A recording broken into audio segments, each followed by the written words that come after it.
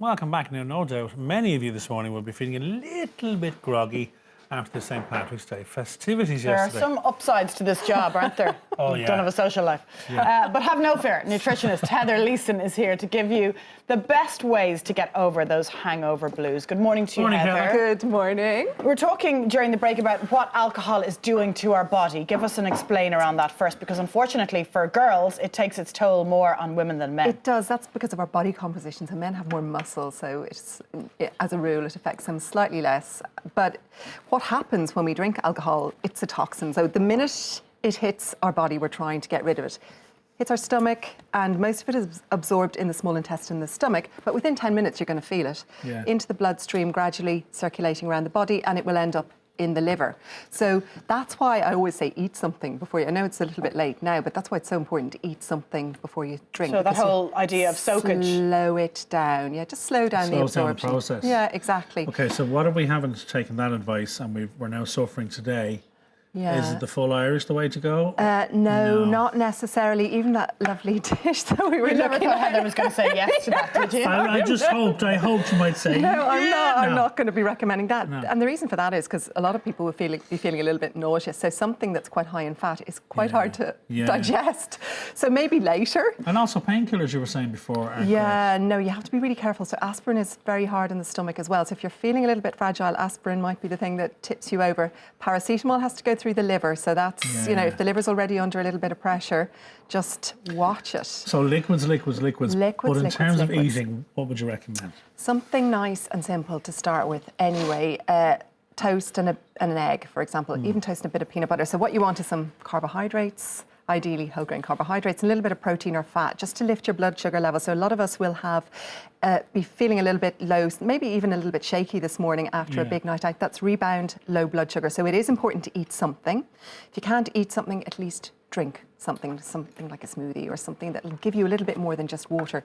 But hydration, probably the most important thing you can do. Toast and peanut butter sounds all right, doesn't it? Yeah, absolutely. Maybe a bit of banana on top of that. Where do you stand on coffee? Because I think coffee would be one of the first things people would go to, wouldn't it? Yeah, well, coffee or tea can be an irritant. So if you think of alcohol as an irritant to the gut as well, putting coffee in on top of that can, again, be too much for some people. Tea, maybe something a little bit warm, particularly today. You're going to want to warm up, but it can irritate the gut. Water, if you can do it, or even better, something like coconut water, which I'm using later on because it's got those electrolytes. We use loads of water to detox the alcohol, so about 4 times as much liquid to get rid of alcohol as we put in. If you have a glass of wine, you need 4 glasses of water to get rid of it. Wow. So, a lot of people sitting at home with a banging headache maybe today, that's literally because you're suffering from dehydration, thinking your poor old brain like a sponge that's been wrung out. You need to put that hydration back in. Coffee probably won't do it.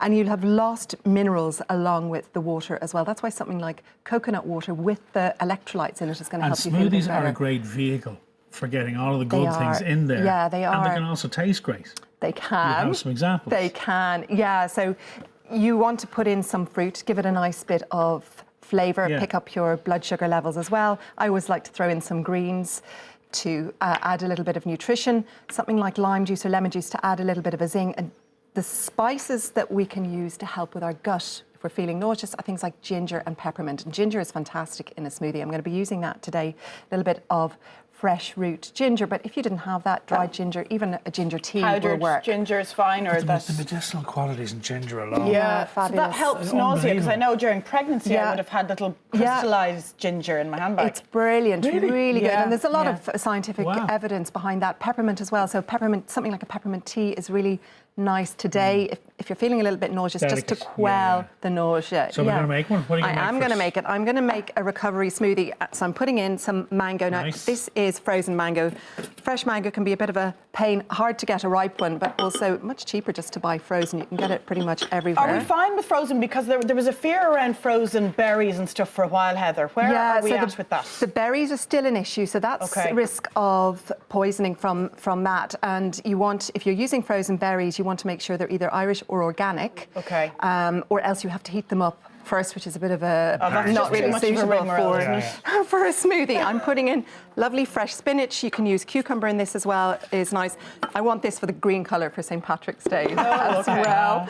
A little bit of lime. Lime is lovely and zingy, and sometimes adding a little bit of citrus. Shane would probably know more about that than me, but adds just a little bit of a lift to the flavour. Whoops, sorry, I'm squirting Shane just got everywhere. Whoa, sorry, everyone. Shane's- A little bit of lime, a little bit of lemon. You don't have to do it at all, but just to add flavour. I'm adding in my fresh ginger. Now, I've got a really good blender, but you can use any sort of, even a hand blender. A lot of people have... Just grate it.